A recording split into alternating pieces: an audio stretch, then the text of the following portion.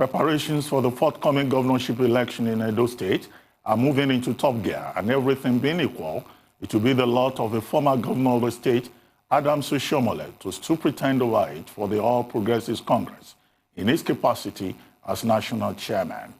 But there is a growing call by some members of the party for him to vacate the position, based on the fact that the suspension placed on him by the APC chapter in his ward in Edo State is still active. This group of persons are of the opinion that refusal by Mr. Oshiomhole to heed this warning will likely spell doom for the party's chances in the coming polls. Well, we're going to dwell a bit on this matter by joining Arise Abuja studio to speak with Osita Okechukwu, a chieftain of the All Progressives Congress and Director General, Voice of Nigeria. Welcome to the program, Osita Okechukwu. Thank you for joining us. Good morning. Thank you. Well, quickly. Thank you very much. I appreciate it. Yes, thank you. This morning we've been talking about the situation in Edo State with regard to the gubernatorial process, particularly in the APC. What's your take on what is happening between the governor and the chairman, the national chairman of your party, and the controversy over primaries, certificates, and whether or not the incumbent governor should get a second term? Permit me to note, before I come to your question, that I think the burning issue in the country today is what have we, members of the APC, especially our leader, Mr. President, done in the past 5 years. Because we are going about June 12th in the next 2 days. I thought I could have been more on the front burner than what is happening in Edo, so that we do not also behave like Comrade Oshiomhole, who, for the past 1 year, when President Muhammad Buhari declared openly that he has a mission to lift 10 million Nigerians out of poverty in 10 years, in a very profound occasion, the June 12, 2019. And one had not heard Comrade Oshiomhole mention anything about that profound declaration by President Muhammad Buhari, a declaration that falls into the main issue of the day, the poverty in the land, going by World Poverty Clock, the hunger in the land, going by the World Food Program. But if we concentrate on Edo, I think the issue of Edo will soon come and go. The only fear some of us has is, as you said, is that if a national chairman lost his ward executive, lost his local government executive, and the state executive, all those whose names were listed in INEC, I don't know what happened. But going by the party's constitution, at one point in time, they suspended him.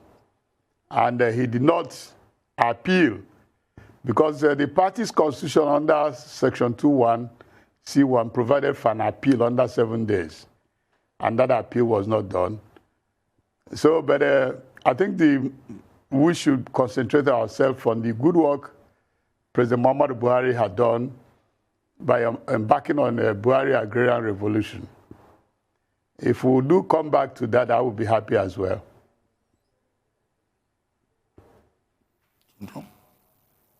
Oh, I thought you had a question. All right, since you've decided the topic you would like to be interviewed on and you've decided the order of the interview, we'll accede to your request, seeing as you're our guest. Let's talk about the economy. Now, it's been cited, especially in the north, that 9 out of every 10 Nigerians are poor. And there was that very lofty aim of the president, which he announced last year, to lift 100 million Nigerians out of poverty in the next 20 years, I believe it was. Now, we have this force majeure event, which is COVID-19 pandemic, which has obviously taken its toll on that. But before the COVID-19 pandemic, we have to face the fact that the indices were not looking good in terms of Nigeria and our poverty index. What ought to be done now? Now that we even have this budget deficit, the price of crude oil fell, all the lip service towards economic diversification was just that, lip service.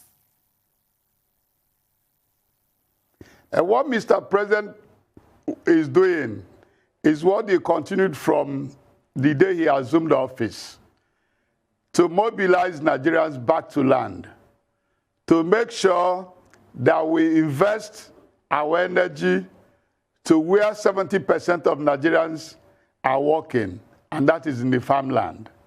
He had this year now to up the ante, going by the issue of how do we migrate subsistence farmers to mechanized commercial farmers. They call them smallholders farmers, but we know them as well as subsistence farmers. He had a through government-to-government negotiation, embarked on a policy where he's going to import agricultural machineries to all the nooks and crannies of the country to make sure that those who are using local implements like hoes will use mechanized facilities, so that the farmer that produces a hectare will now be in a position to graduate to about 3 or 4, 5 hectares along the line. And that was what pained me, that I thought the leadership of the APC should have devoted attention in mobilizing our membership from the polling unit level, because we are at a crossroad where we have over 200 universities, polytechnics, and colleges of education, churning out youths on a daily basis as graduates. And nobody is mobilizing them along the line of Mr. President's thoughts. There are gentlemen and ladies that we might not, the federal civil service, or the state civil service, or the local government civil service, cannot employ all of you.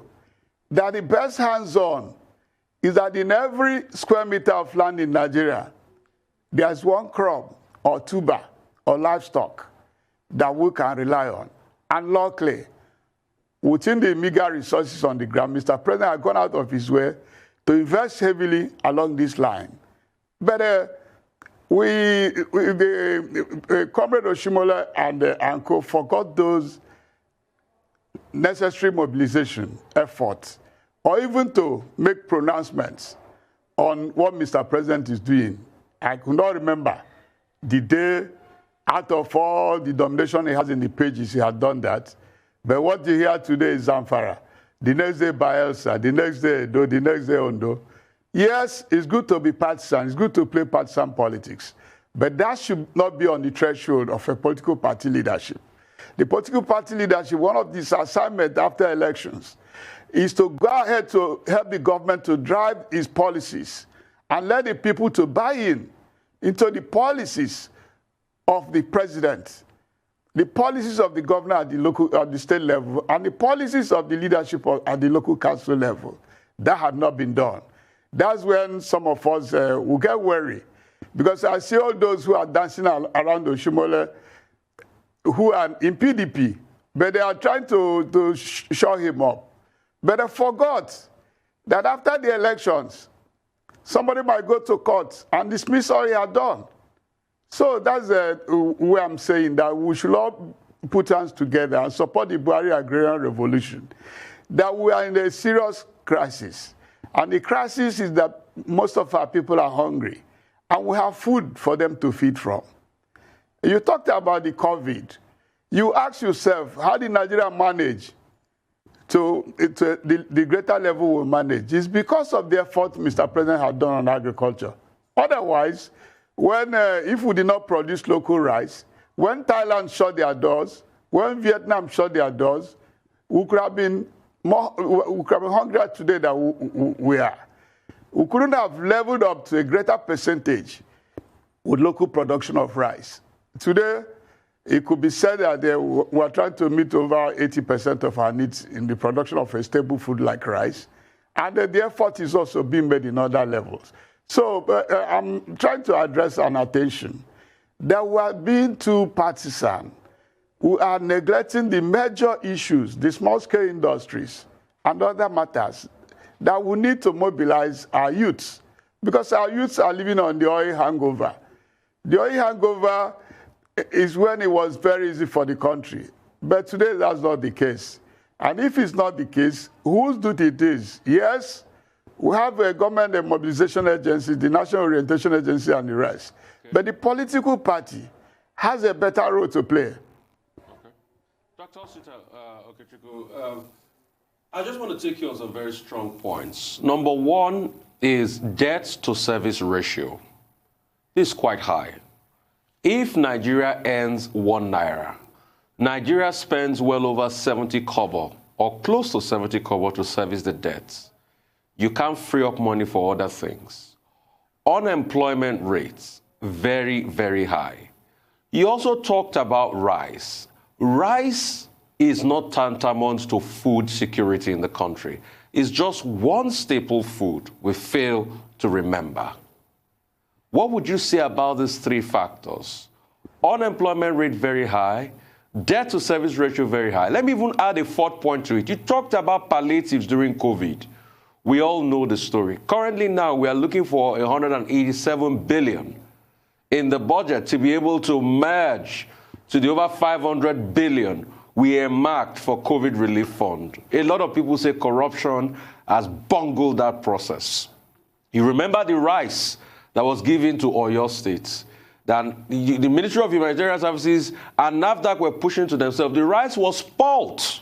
They couldn't eat it. So what are you saying has been the progress report? What I'm saying is that what the federal government of Nigeria under President Muhammadu Buhari is doing is what has been done wherever there's a recession. The British philosopher, John Maynard Keynes, he said when you are in the hole of recession, the best you could do is mobilize all the resources on your disposal. Even if you can borrow. Because if you spend out of recession. So don't get bothered so much about that burden. The ratio is not threatening us, especially when what is borrowed geared towards areas of production, towards the areas that could drive development and create employment. There is no country in the world, even the America on everyday hype, America is indebted heavily. Both Japan, the point is not about debt. It's about what you are using the money you borrowed for.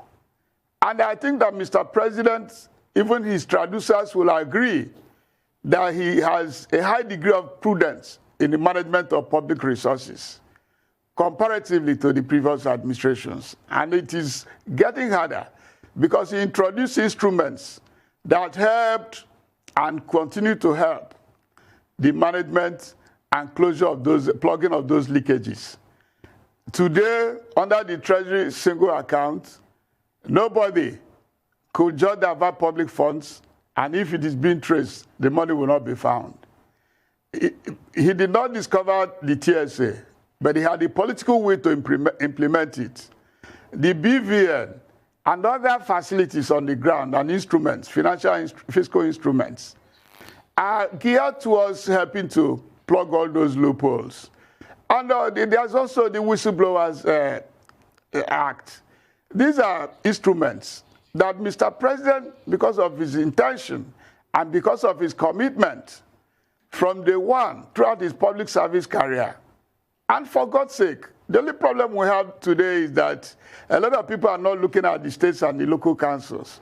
And that's why he talked about the executive order 10. That a lot of people do not remember that between their state government and their local councils, they have over 40% of revenue allocation. But every effort and every BABS is being thrown at the center. I do not blame them either, but it's also good to look inwards, to ask you, Governor, what is he doing with the amount that comes, no matter how small? The same Mr. President, when he came on the stream, a lot of state governors were owing salaries and pensions. He went out of his way to spend over 2 trillion on leveraging on those pensions and salary arrears. And some of us ask Mr. President that a simple arithmetic will bring a 1 trillion by 50 million per kilometer of 5,000 federal roads. Mr. President said no, that he don't know what it means, that he lived as a salary earner all his life. Now, when somebody is not paid for the month 1, month 2, the 3rd month, the 4th month, that he can bring dislocation to the household. And he's interested in those kids.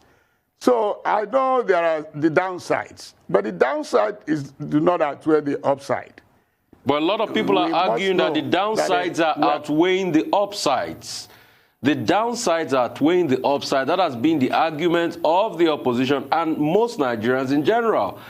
A clear understanding of this is the palliatives, daylight corruption, a lot of people call it, that the minister was sharing money by hand to people that cannot be accounted for. Now we are seeing a shortfall over 180 billion. So a lot of people are complaining that this so-called downside you say is not outweighing the upside, is really outweighing the upside at the expense and the detriment of Nigerians. But do you want to respond to that? Yes. I will plead, and I will plead and challenge you to go through the Freedom of Information Act. It's one of the gains of our democracy. And the request from the minister to give you those lists. It's very easy that a lot of us who are not exploring the instruments democracy had armed us with. I confronted the minister myself, Hajiya Sadiya Farouk. And when they opened up their database, I could see what they are saying. That is not as you are saying. The point is that when we sit down, we do not go details into trying to explore the instruments we have. If you now tell me that you have written to the Minister of Humanitarian Affairs, and this is the data, I would like to work on the data and also tell you what I've seen when I went to their database. So please, it's not as been pronounced.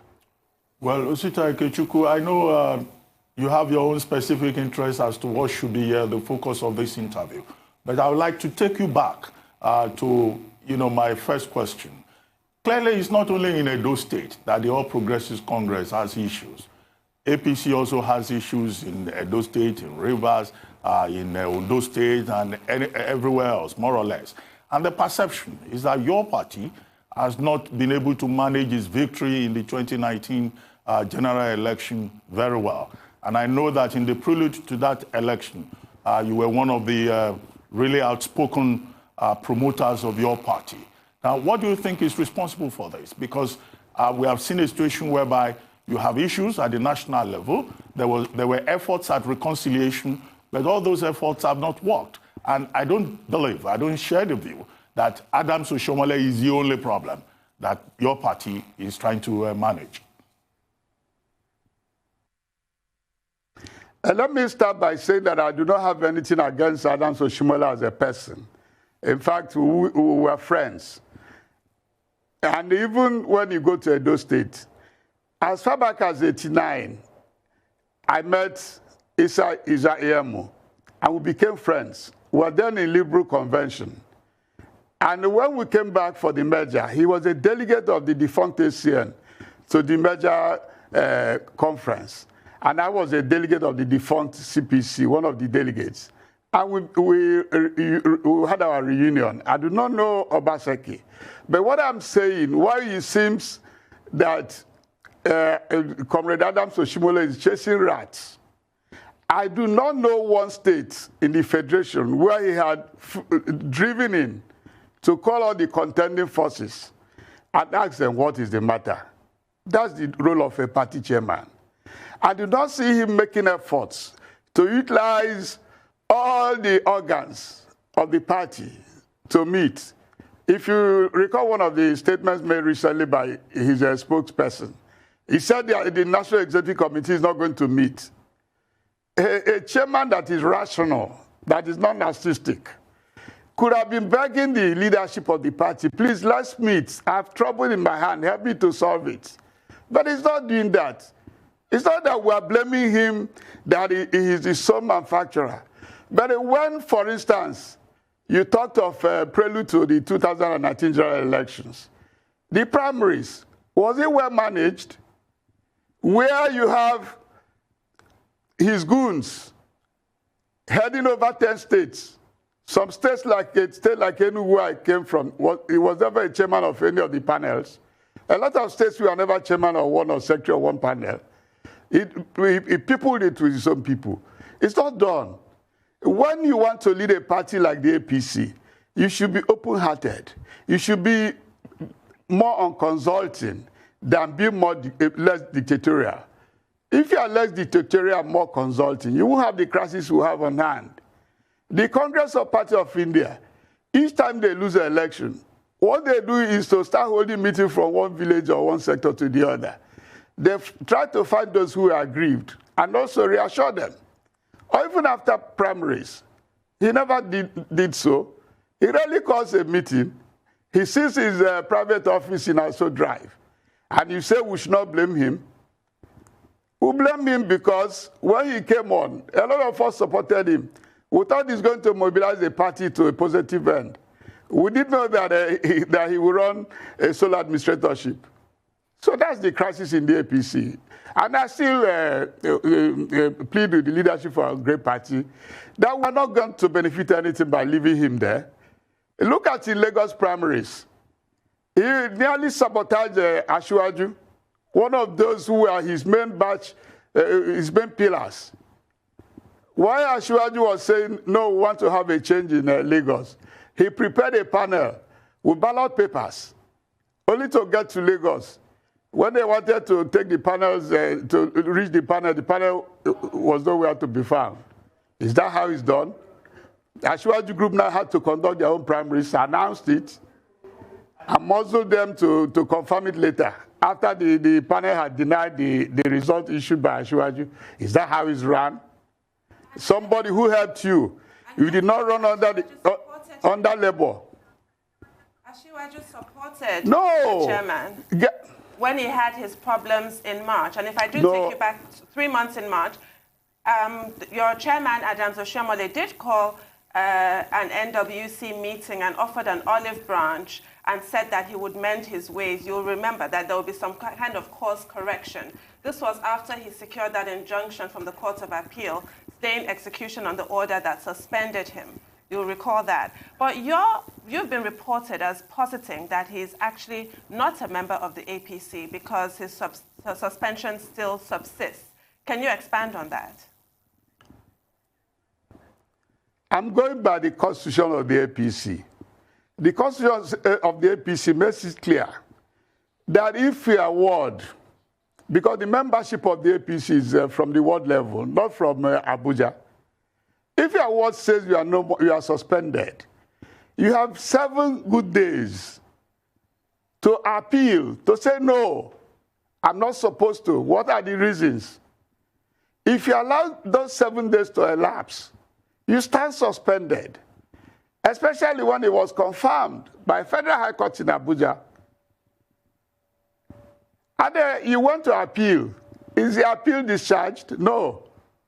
So this is what we are saying. But I'm saying most importantly, if you read Captain Balaji Brief's summation, he goes ahead to tell you the powers of the National Executive Committee vis-a-vis the Working Committee. Why is he afraid to convene the National Executive Committee? Why is he working with only his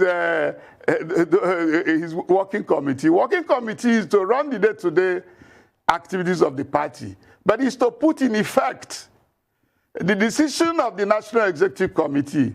Is only the National Convention that is higher than the National Executive Committee, and he doesn't want the National Executive Committee to meet, or even the National Caucus. That should be advisory to what he's doing. So I have nothing personal against him, but I'm saying that he's turning out to be a bull in the China shop. That please, let's find a way to ease him out. That's my simple Dr. advice. Okechukwu, are you sure you have nothing personal against him? I'm not a doctor. I'm not a doctor. Okay. I'm Mr. Okay, Mr. Osita Okechukwu, I didn't pass the exam. Okay. Are you sure you have nothing personal against him? Can this not be unconnected to the fact that he supported Godfrey Oyema over you in Enugu State? Is that not the grouse you have against him? Jeffrey Oyema over you? Hey, that would be, I don't know whether, please, it's better you withdraw that. Jeffrey is my own brother. And it's not Oshimole that appointed minister. It's this same Jeffrey that gives me the background of how far we have gone. How far Mr. President had gone in government-to-government diplomatic channels, like the one with Morocco, that led to the reduction of fertilizer prices, like the one with Siemens, like the one with Brazil, that will soon mechanize our agriculture. So I have no grounds with my brother. I know Oshimole, to be honest with him. He wasn't even chairman in 2015 when my brother was appointed Minister of Foreign Affairs. My community and myself will benefit from his appointment as Foreign Affairs Minister. So please, that is a misconception. I've said so, that during the Oshimole leadership as the NLC chairman, I was representing the Conference of Nigerian Political Parties in all the oil subsidy protestations. We were friends. I don't have anything against him. What I'm saying, I'm 65 years old. I benefited from the country. I've gone to university and through the bursary element, I was able to go through the university. I've gone to teachers training college where I was being paid 8 naira every month. I benefited handsomely for the country. And I'm saying that if you are chairman of a leading political party and you have a president like President Muhammadu Buhari, that the effort should be geared towards getting the membership to understand the policies of the government, to give the government support in all the nooks and crannies of the country. That if you are not doing so, you only have one crisis from the other, from one state to the other. And that's not a good chairman. That's all I'm saying. I'm saying that if I'm a chairman of a political party, what I should be doing today is to be calling them. I will tell them, look, go here, go there.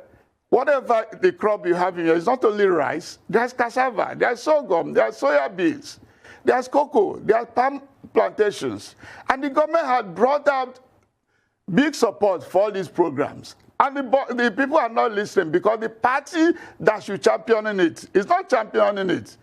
The comrade of Oshimole is like chasing rats while the house is burning. That's my worry. It's not about me. I benefited a lot from the country, for God's sake. But with regard to Geoffrey Onyema, the main issue was about the gubernatorial primaries in Enugu State and not ministerial appointment. But we'd like to thank you very much for taking time out to join us this morning on the morning show. Geoffrey did not run for primaries. I didn't run for primaries either. Okay, well, anyway, let's leave it at that.